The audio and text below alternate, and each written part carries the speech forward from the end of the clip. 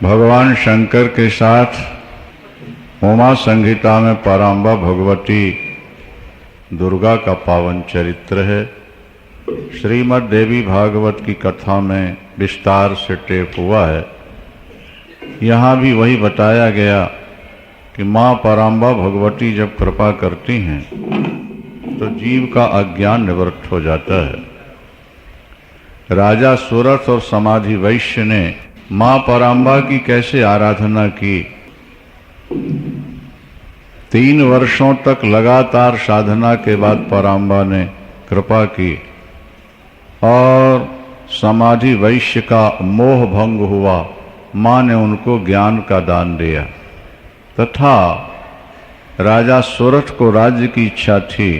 पराम्बा भगवती की कृपा से उनको राज्य मिला और आगे चल के वे सावर्णी नाम के मनु बनेंगे।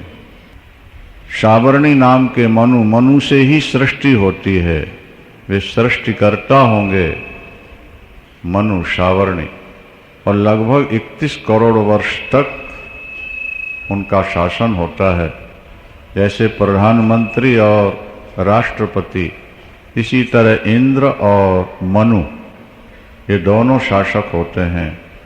तो जिन्होंने माँ की उपासना की वे इसी जन्म में राज्य छिना हुआ प्राप्त कर गए और अंत में वो चल करके सावर्णी मनु बनेंगे। महिषासुर को मारने के लिए भगवती ने जो महालक्ष्मी का रूप धारण किया, समस्त देवताओं का जो तेज निकला था उससे पराम्बा भगवती प्रकट हुई थी। सिंह वाहिनी भगवती दुर्गा ने महिषासुर का वध किया, जो विस्तार से है और पहले टेप हो चुका है। देवी भागवत में के टेपों में वो विस्तार से सुना जा सकता है। बोलो सांचे दरबार। इसी तरह शुंभ और निशुंभ को भी भगवती ने मारा है। रक्त बीज, चंड और मुंड, इन सब का भगवती ने वध किया और वचन दिया कि जब जब दैत्यों के आक्रमण से हमारे भक्त दुखी होंगे तब तब हम अवतार लेकर दुष्टों का संहार करेंगे। भगवान शंकर तो अंत में ही संहार करते हैं सबका, और बीच बीच में भक्तों की रक्षा के लिए भी अवतरित होते हैं। पराम्बा भगवती का भी अवतरण होता है। वायवी आगे कैलाश संहिता है जिसमें संन्यास प्रकरण विस्तार से बतलाया गया है। संन्यास कैसे लिया जाता है, उसकी प्रक्रिया क्या है, जप की प्रक्रिया क्या है, सन्यासी समाप्त हो तो उसका संस्कार कैसे होता है, ये सारी बातें हैं। वायवीय संहिता में भी अंत में उपमन्यु और भगवान कृष्ण का संवाद है। वायु देवता ने जो उपदेश दिया वो भी है। सनत कुमार को नंदी जी ने उपदेश दिया। उपमन्यु जी ने भगवान कृष्ण को शिव तत्व का उपदेश दिया है। उपमन्यु भगवान के गण हो चुके हैं। कथा आप लोग पहले सुन चुके कि जिनको दूध की जगह जौ के आटे को पानी में मिला के दिया गया था, और जब उनने भगवान शंकर की आराधना की, भगवान ने स्वीकार किया और एक नहीं सैकड़ों दूध के समुद्र, दही के, गन्ने के रस के, मधु के प्रकट कर दिए। जो चाहिए बेटा लो और तुम हमारे पुत्र हो, पार्वती अम्बा ने भी स्वीकार किया। उन उपमन्यु जी ने भगवान कृष्ण को पाशुपत व्रत का और भगवान शंकर का महत्व सुनाया। एक बार भगवान कृष्ण जामवती जी के कहने पर पुत्र के लिए भगवान शंकर का तप करते हैं। भगवान कृष्ण का नाम लेने से पुत्र हो जाते हैं। फिर वो ऐसा करते हैं, वो केवल इसीलिए कि जिस अवतार में जिसकी प्रधानता होती है उसकी ख्याति के लिए दूसरे देवता छोटे बन करके उनका महत्व बढ़ाया करते हैं। आज भी पुत्र प्राप्ति के लिए भगवान कृष्ण का मंत्र जपा जाता है, लेकिन वो वहाँ जाते हैं, उपमन्यु से ज्ञानोपदेश प्राप्त करते हैं। अम्बा पार्वती भगवान शंकर की कृपा प्राप्त होती है। कहते हैं जो व्यक्ति ज्यादा अकड़ के चलता है उसको ऊंट बनना पड़ता है। क्या? जो गर्दन ज्यादा वो करके चलते हैं तो ठाकुर जी उनको ऊंट बना देते हैं। कहते हैं एक बार भगवान शंकर मिले सनत कुमार जी को। सब तो झुकते प्रणाम करते, लेकिन सनत कुमार जी ने भगवान शंकर को और सीधे ऐसे अकड़, उनको अपने ज्ञान का अभिमान हो गया था तो श्राप दिया गया, जाओ ऊंट हो जाओ। ऊंट की गर्दन जरा ऊंची होती ना भाई। अपने को ज्यादा बड़ा समझोगे तो फिर ऊंट बनना पड़ेगा, समझ लेना। पंजाबी का एक भजन है, उसकी एक लाइन है, नीवा हो के चल, नीवा हो के चल, लख नीवियानु रब मिलदा। नीचे हो, जैसे वृक्ष फल पाकर के डालें नीचे झुका देते हैं,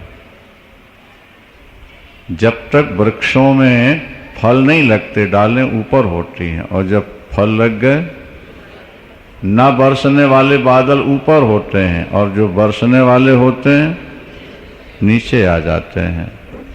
इसी तरह संपत्ति और विद्या पाके जो झुक जाता है, नम्र हो जाता है, वो भगवान को बहुत प्यारा लगता है। जो विद्या या धन पाकर के अकड़ दिखाता है ज्यादा नहीं। कई धनवान कथाओं में इसलिए नहीं आते कि यहाँ सामान्य क्लास के लोग बैठते हैं, मीडियम क्लास के लोग बैठते हैं, हम बहुत बड़े हैं, वहाँ जाके कैसे बैठ। हाँ, क्लब में चले जाएंगे क्योंकि वहाँ सब पीने पाले एक ही क्लास के आया करते हैं। बोलो शंकर भगवान की। नहीं समझे आप? वो अलग कटघरा होता है उनका, वो तो एक अलग ढंग के होते हैं। तो महाराज ज्यादा अभिमान नहीं करना चाहिए।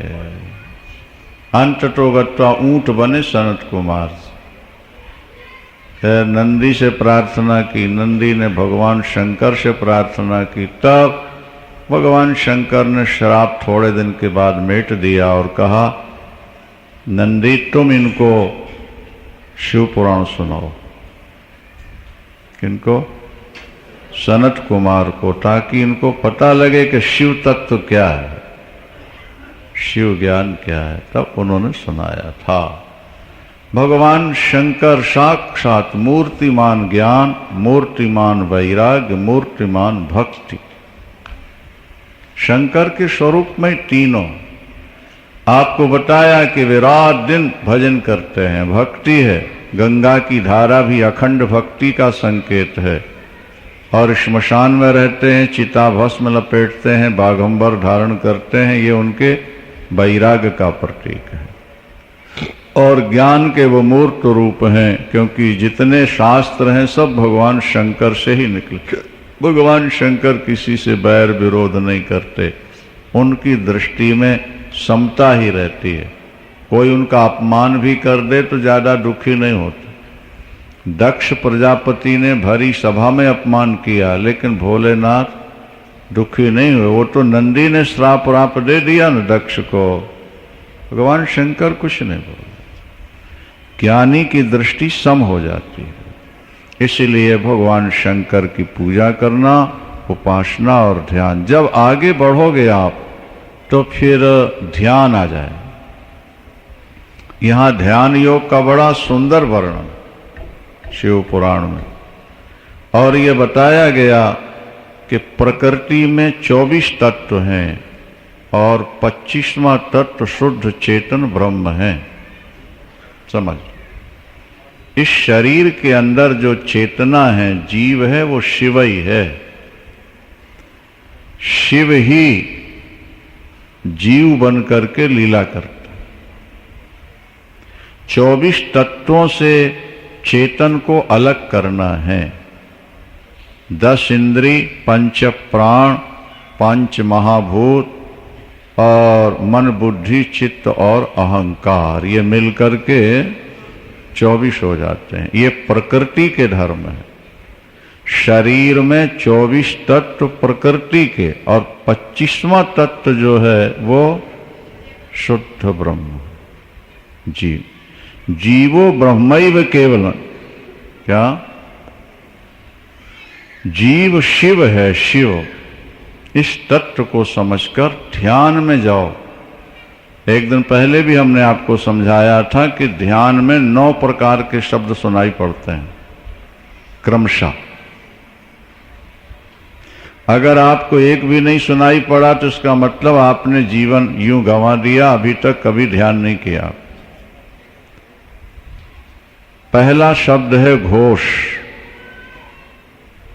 अगर ये आपको सुनाई पड़ने लगे तो लिखा हुआ है कि आत्म शुद्धि आपकी हो रही है, हो गई। जब हृदय आपका शुद्ध होगा तो आपको आत्मघोष, अंदर से एक ध्वनि सुनाई पड़ती है। और जब आप आगे गहराई में जाओगे तो फिर आपको मंजीरे सुनाई पड़ेंगे। मंजीरे नहीं बनते, कुट कुट कुट, मंजीरों की आवाज आती है। और आगे जब आप बढ़ोगे तो श्रृंग, मृग श्रृंग जैसे बजता है उस तरह की आवाज आपको सुनाई पड़ती है। और आगे बढ़ो तो फिर घंटा सुनाई पड़ेगा। घंटा से भी आगे जब बढ़ोगे आप, ध्यान में और गहरे जाओगे तो फिर वीणा सुनाई पड़ेगी। और वीणा के बाद बांसुरी सुनाई पड़ेगी, आपके अंदर है बांसुरी भी अंदर सुनाई पड़ेगी। फिर लिखा है दुंदुभी, दुंदुभी जैसे बजती है, मृदंग जैसे। ये 7वीं कोटि है। 8वीं कोटि में आपको शंखद ध्वनि मिलेगी सुनने के लिए। ऐसा लगेगा अंदर शंख बज रहा है। अंतिम कोटि है मेघ गर्जन, बादलों की गड़गड़ाहट जैसे होती है कभी, बड़ी तेज, इस तरह अंदर। और मेघ गर्जन के बाद बिजली चमकती है, अंधेले में प्रकाश हो जाता है। तो जब भी आपके यहाँ मेघ गर्जन होगा तो बिजली जरूर चमकेगी, और बिजली चमकेगी तो परमात्मा का साक्षात्कार हो जाएगा। इसकी विस्तृत व्याख्या है, समय नहीं है।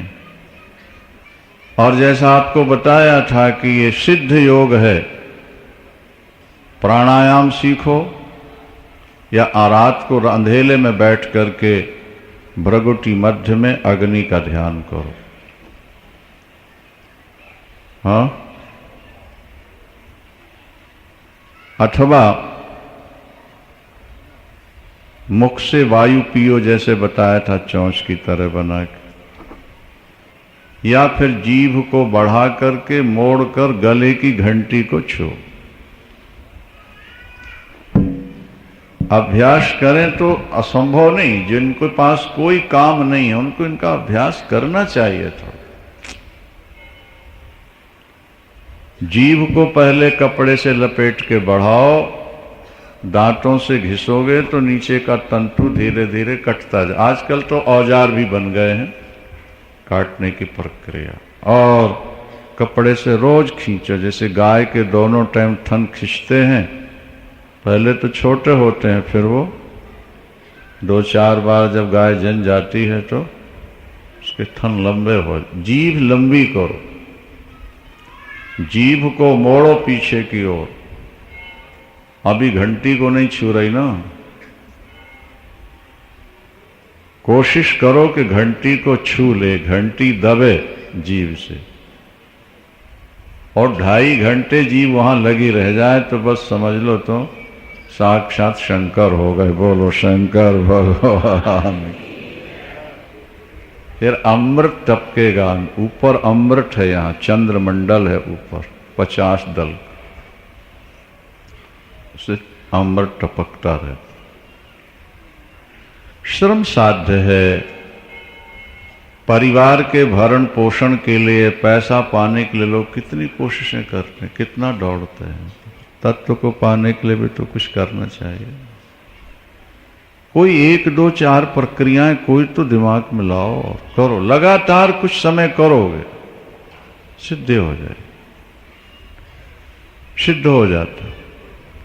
अगर ठीक ढंग से 3 महीने भी अभ्यास किया जाए तो जीव घंटी को छूने लगती। 6 महीने कर ले फिर तो कहने क्या हो, साल में तो फिर छू ही लेगी।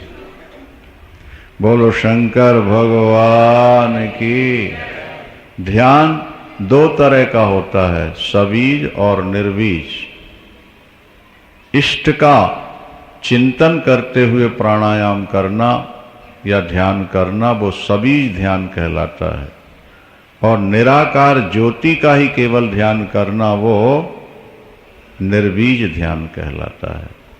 निर्बीज को सिद्ध करने के लिए पहले सबीज का अवलंबन लेना चाहिए। पहले इष्ट की मूर्ति का ध्यान करते करते करते करते जब मन स्थिर हो जाए तब जाकर अंत में निर्बीज में स्वरूप स्थिति हो जाती है। तदा स्वरूपे वस्थानम योगश्चित्त वृत्ति निरोधा। योग का फल है चित्त वृत्ति का निरोध, और चित्त वृत्ति के निरोध का फल है अपने स्वरूप में अवस्थान स्थिति। और स्वरूप में जिसकी स्थिति हो गई बस बस सब कुछ पा गया। और इसके लिए थोड़ा वैराग्य हो तो सिद्धि शीघ्र मिल जाती है। एक तो ये विश्वास लेकर चलो कि खजाना अंदर भरा हुआ है। जैसा हमने दृष्टांत दिया था वो बीच में रह गया। 4 कमरे नहीं 4, एक में दुकान करता, दूसरे में प्रोडक्शन और तीसरे में खाना और सोना, चौथे कमरे में ताला। पिता समाप्त हो गए, पुत्र आया, पुत्र ने देखा 3 कमरे खुले, एक में मोटा ताला जड़ा। उसने ये मान लिया कि ये कबाड़ खाना है। सारे घर का यहाँ का कचरा पिताजी ने इसमें रखा। वो सारी जिंदगी दुकान करता रहा, कुछ अपने मशीनों से बना लेता है, बेचता है, और तीसरे कमरे में गरीबी में जिंदगी गुजारी। और जब उसकी मृत्यु का समय आया, समाप्त हुआ, नाते रिश्तेदार आए तो कोई जानकार ने देखा कि ताला बंद है। उसको पता था, उसने ताला खुलवाया तो इतना सोना उसके अंदर था कि अगर वो खोल के देख लेता तो उसको दुकान करने की जरूरत ही नहीं पड़ती। लेकिन उसने खोले ही नहीं वो ताला, ये सोचकर कि ये तो कबाड़ खाना है। तो हम लोग भी, हमारी जिंदगी में भी 4 कमरे हैं। इसको समझने की कोशिश करो। जागृत अवस्था ये दुकान है, और स्वप्नावस्था ये प्रोडक्शन है। नई नई चीजें वहां स्वप्न में बनते रहेंगे। और सुषुप्ति अवस्था वो तीसरा कमरा है जहां खा पी के सो गए। चौथा कमरा कौन सा है? वो समाधि वाला कमरा, वो ध्यान वाला कमरा है। वहां ताला जड़ा हुआ, उसको हम खोलने की कभी कोशिश नहीं करते। इसलिए हम अनादिकाल से भटक रहे हैं रोटी कपड़े के चक्कर में। पैदा हुए, पैसा कमाओ, मरो, जाओ। अगर कहीं चौथे कमरे का ताला खुल जाता तो बस फिर और कुछ करने की जरूरत ही नहीं थी। अब वो चौथा कमरा कैसे खुले, उसके विविध उपाय हैं। अनेक बार आपको बता दिया, संक्षेप में बता के फिर समाप्त करते हैं अनुक्रमणिका सुनाकर। संक्षिप्त रूप उसका यही है। भगवान कृष्ण ने भी यही कहा, सनकादिकों ने यही कहा, भगवान शंकर ने यही कहा। यदि वो कमरा खोलना हो तो पहले तो एकांत वास करने की इच्छा होनी चाहिए। क्या? अकेले रहने की कुछ समय के लिए आदत बनाओ। फिर मौन अपने आप हो गए तो मौनी बाबा जी नहीं। भोजन थोड़ा करना जिससे शरीर चलता रहे, बस। संग्रह परिग्रह ज्यादा नहीं रखना, जितने में अपना गुजारा चल जाए उतना ही सामान हो, बाकी सब फट। उसके बाद इंद्रियों को विषयों से हटाना, मन में गलत चिंतन न होने पाए, एकांत में बैठना और बार बार मन में आने वाले संकल्पों का त्याग करना और ये समझ के अंदर प्रवेश करना कि हमको वो ताला खोलना है जहाँ रत्न भरे पड़े हैं।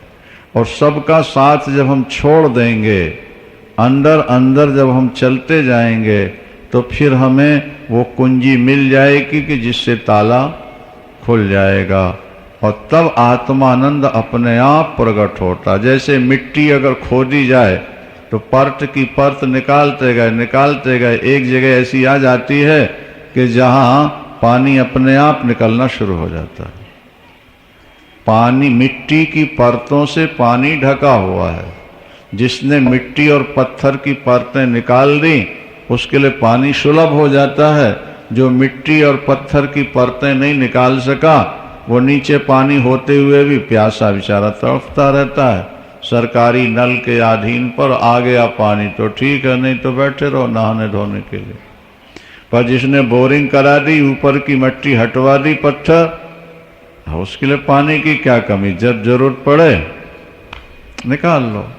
यही योग और ध्यान है। भगवान शंकर के संकेत से यही सब सुनाया गया शिव पुराण में।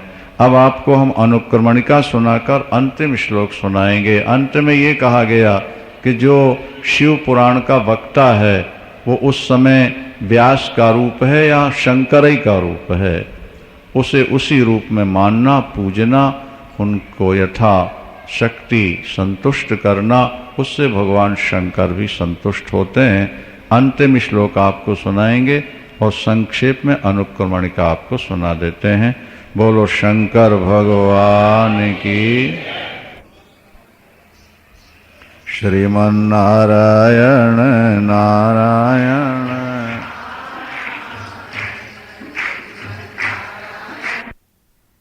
चौबीस है।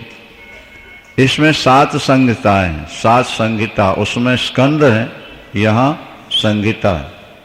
पहली संहिता है विद्येश्वर खंड, दूसरी है रुद्र संहिता, तीसरी है शतरुद्र संहिता, चौथी है कोटि रुद्र संहिता और 5वीं है उमा संहिता, 6ठी है कैलाश संहिता और 7वीं है वायवीय संहिता। इस तरह 7 संहिताओं में शिव पुराण का गुम्फन हुआ है। पहले 12 संहिताएं थीं। उस समय शिव पुराण 1 लाख श्लोकों का था। वेद व्यास जी ने उसको 12 को 7 में संक्षिप्त किया, नहीं, ताकि कलयुग में लोग उसको समझ सकें। और उस 7 संहिता 24,000 श्लोकों से भी सार भाग निकाल के हमने आपको सुना दिया, जो आपके लिए ज़्यादा उपयोगी था। जो शिव पुराण का श्रवण करेंगे, पठन मनन करेंगे, वे अनायास भगवान शंकर की कृपा प्राप्त करके अपनी अभीष्ट सिद्धि प्राप्त करेंगे। बोलो शंकर भगवान। विद्येश्वर संहिता में प्रयाग में ऋषियों का एकत्र होना, शिव पुराण का परिचय, शिव पुराण श्रवण का फल, श्रेष्ठता, भगवान शंकर के साकार और निराकार विग्रह की विवेचना, महेश्वर का ब्रह्मा विष्णु को प्रकट करना, उनको अपने ज्योति को प्रकट करके अपने स्वरूप का परिचय देना। इसके बाद भगवान शंकर के 5 मुख से ओंकार की उत्पत्ति, 5 मात्राएं, फिर नमः शिवाय के 5 अक्षर, एक एक मुख से एक एक अक्षर। नमः शिवाय का जप आपने कर लिया, ओंकार के जप का फल आपको मिलेगा, आप उसमें संदेह नहीं करना। नमः शिवाय भी ओम ही है, नहीं? शिव शिव जपते रहो, शिव शिव शिव शिव, इसमें कल्याण हो जाएगा। इसके बाद गायत्री जप, दान का वर्णन, अग्नि यज्ञ, देव यज्ञ, ब्रह्म यज्ञ आदि का वर्णन किया गया। देश काल का विचार है। फिर भगवान शंकर की प्रतिमा कैसे बनानी चाहिए और भगवान शंकर की प्रतिमा कितनी ऊंची, कितनी लंबी चौड़ी हो, वो सारा का सारा वर्णन। पार्थिव पूजा का क्या महत्व है ये भी आपको बताया गया है। बंधन और मोक्ष का विवेचन है, शिव पूजा का उपदेश। देखो, बंधन आगंतुक है, मोक्ष स्वतः सिद्ध है। जैसे स्वस्थता ये तो स्वतः सिद्ध है, बीमारी आगंतुक है। पानी का शीतल रहना स्वभाव है, गर्म हो जाना अग्नि के संपर्क से। जीव को जो बंधन हुआ वो तो माया के कारण हो गया। वैसे तो जीव सदा मुक्त है, अपने को शिव स्वरूप मान ले और अभेद भावे ने चिंतन करे और ममता से मुक्त हो जाए तो मुक्त है ही पहले ही से वो। इस तरह से बंधन मोक्ष का विवेचन। और फिर आगे चल कर के रुद्र संगीता, रुद्राक्ष माला वगैरह के धारण करने की महिमा भी आप लोग सुन चुके हैं। इसके बाद ऋषियों का नारद और ब्रह्मा जी का संवाद है, जिसमें नारद जी को मोह कैसे हुआ, काम पर विजय पाई और शंकर जी के मना करने पर भी जाकर नारायण को सुनाया और विश्व मोहिनी के चक्कर में पड़ गए, सो श्रापा श्रापी हो गई। क्रोध काम का ही विकार होता है। दही क्या है? बोले दूध का विकार ही दही है। जिसके मन में कामना नहीं है, जिसके मन में वासना नहीं है, ऐसे व्यक्ति को जल्दी क्रोध नहीं आता। और क्रोध न आना जीवन की बहुत बड़ी सफलता है, बहुत बड़ी सफलता। जैसे आग में सब कुछ जल के राख हो जाता है, इसी तरह जिसको बार बार क्रोध आता है उसकी तपस्या जल करके राख। नारद जी को बंदर का मुंह मिला और वो सब सुना।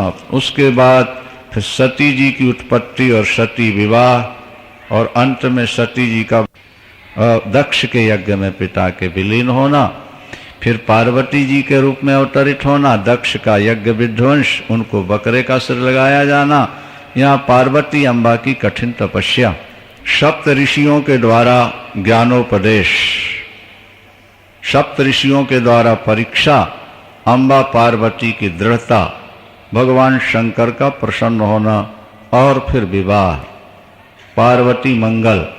पार्वती मंगल के बाद कार्तिकेय की उत्पत्ति विवाह के बाद, और कार्तिकेय के द्वारा वृत्रासुर का वध, फिर गणपति की उत्पत्ति और गणपति के द्वारा भगवान के द्वारा माता पिता की परिक्रमा, 7 परिक्रमा। माता पिता तीर्थ हैं, तीर्थ। लोग घर के तीर्थ की कीमत नहीं करते, बाहर जल में जाके नहाते रहते। माता पिता पुत्र के लिए घर के तीर्थ हैं, शिष्य के लिए गुरु तीर्थ है, और पत्नी के लिए नहीं बोलेंगे, बोलो शंकर भगवान की। बोल दें तो कहीं मानना न पड़ जाए ना। माता पिता, पुत्र के लिए माता पिता तीर्थ, शिष्य के लिए गुरु तीर्थ, और पतिव्रता के लिए पति उसका तीर्थ है।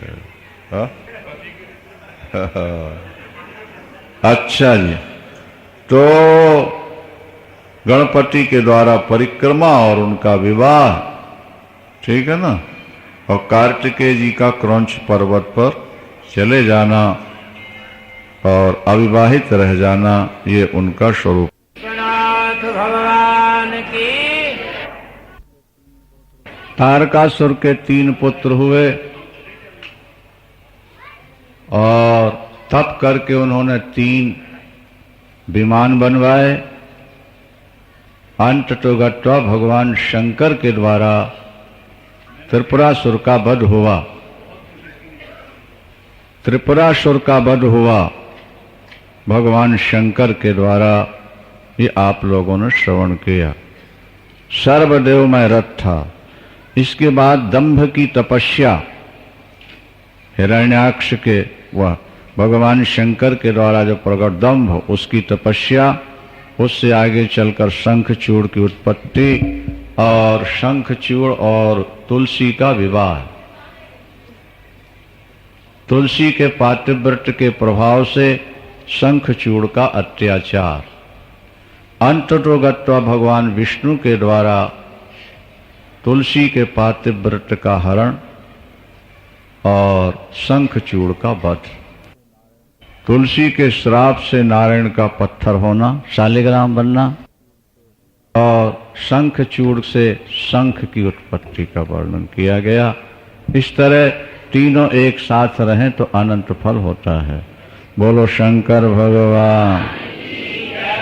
आगे चलकर अंधकासुर, पार्वती अम्बा ने आंखें बंद कर दी थी शंकर भगवान, अंधकासुर, फिर तप करके उसका दिव्य नेत्र प्राप्त कर लेना, और दिव्य नेत्र प्राप्त करके फिर पार्वती अम्बा पर ही उसकी दृष्टि गलत होती है। फिर युद्ध होता है भयानक, सभी देवताओं से पराजित होते हैं। दैत्य जो मारे जाते हैं वो शुक्राचार्य जी के द्वारा जिलाए जा रहे थे। शुक्राचार्य जी का अपहरण नंदी के द्वारा हुआ और शंकर भगवान उसको निगल गए नहीं, और बहुत वर्षों तक वो भगवान के उदर में रहकर मंत्र का जप करता है। और फिर शुक्राचार्य कैसे कहलाए, कैसे उत्पत्ति हुई। अंधकासुर को प्रभु ने अपने त्रिशूल पर चढ़ा दिया था, त्रिशूल लगा करके त्रिशूल में फंसा कर 3000 वर्ष उसने 108 नाम भगवान शंकर के जपे। उससे फिर भगवान प्रसन्न हुए और उसको अपना गण बना लिया।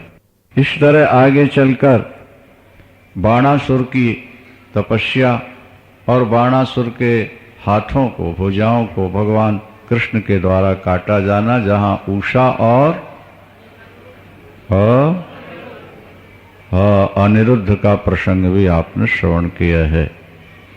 दुंदुभि निर्हाद को कैसे भगवान ने मारा, और व्याघ्र चर्म बाघम गज का चर्म कैसे ओढ़ा। बिदल उत्पल को भगवती पार्वती अम्बा ने कंदुक से मारा।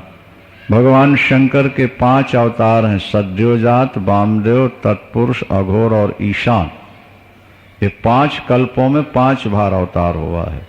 इन 5 नामों का स्मरण किया जाए, भगवान शंकर बहुत जल्दी प्रसन्न होते हैं। सद्योजात, वामदेव, अघोर, तत्पुरुष और ईशान, 5।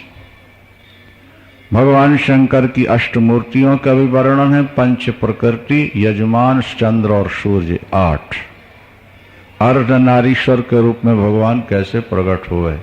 हिरण्याक्ष को बराह रूप धारण करके प्रभु ने कैसे मारा।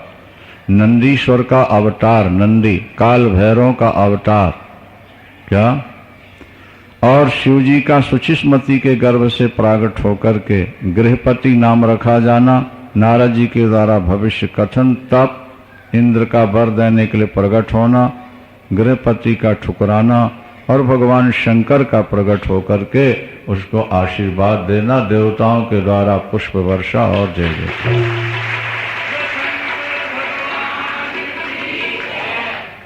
एकादश रुद्र सुरभि से कैसे प्रकट हुए, ये कथा आपने सुनी।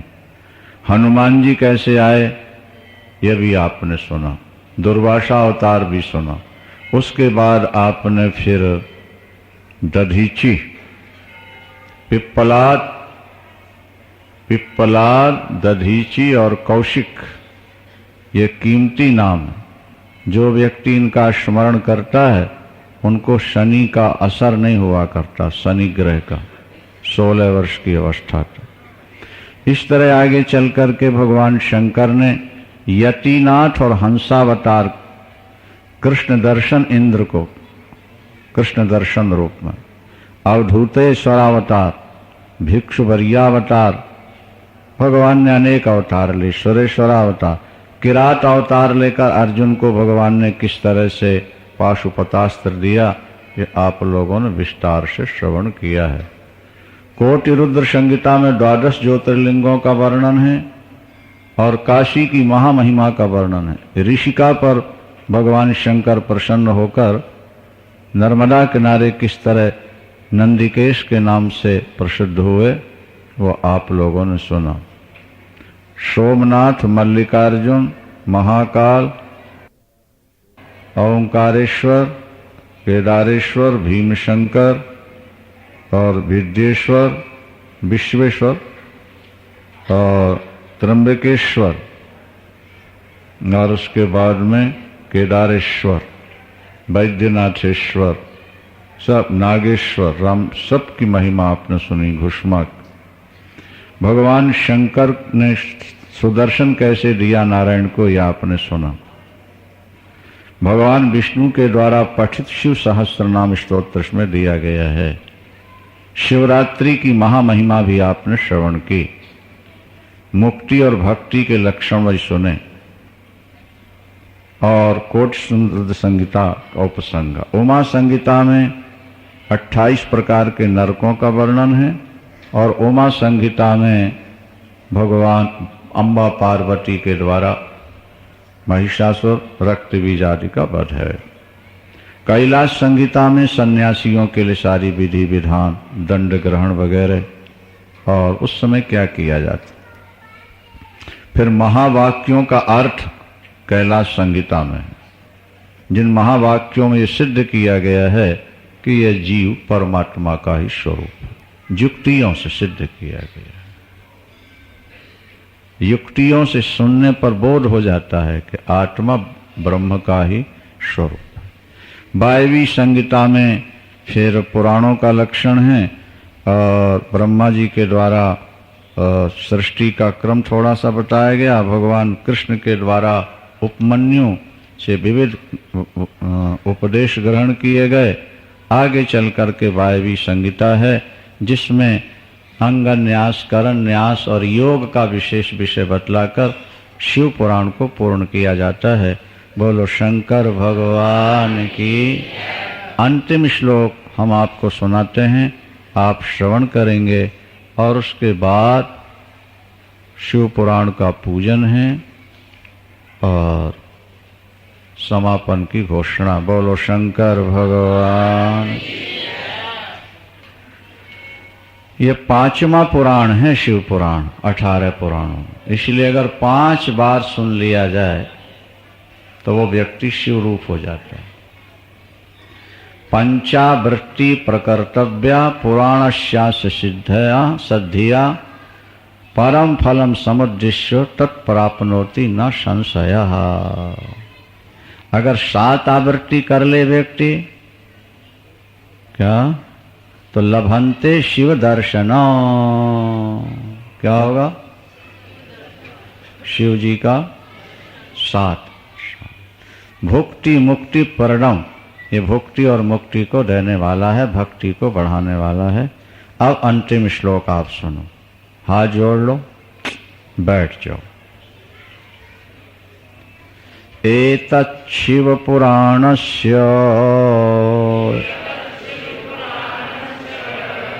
एतत् शिव पुराणस्य वक्तुः श्रोत्रिश्च सर्वदा वक्तुः श्रोत्रिश्च सगणः ससुतः शाम्बाः सगणः ससुतः शाम्बः सगणः शंकरोतु शंकरः शंकरोतु। जो शिव पुराण जिन्होंने सुनाया और शिव पुराण जिन्होंने सुना, हे भोलेनाथ अपने गणों के साथ, अपने बेटों के साथ उन सभी श्रोताओं का और सुनाने वाले का आप कल्याण करें, सुख और शांति प्रदान करें। यही कह करके पुराण की पूर्णाहुति होती है। बोलो शंकर।